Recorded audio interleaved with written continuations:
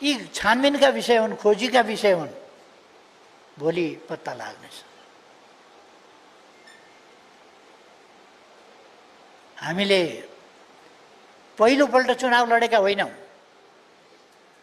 हामीले धेरैपल्ट चुनाव लडेका छौँ, चुनावको आकलन गरेका छौँ, मतदातासँग भेटेका छौँ, कुरा गरेका छौँ। हामीले मतदाता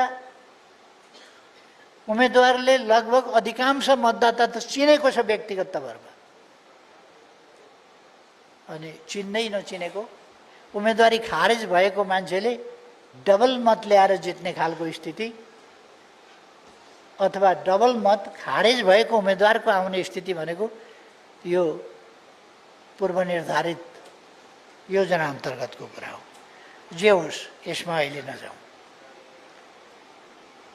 तर हामीले यस परिणामलाई स्वीकारेर संसदमा सहभागी भइरहेका छौँ, काम गरिरहेका छौँ, राष्ट्रियताको पक्षमा लडिरहेका छौँ, लोकतन्त्रको पक्षमा लडिरहेका छौँ, शान्ति सुव्यवस्था र विकास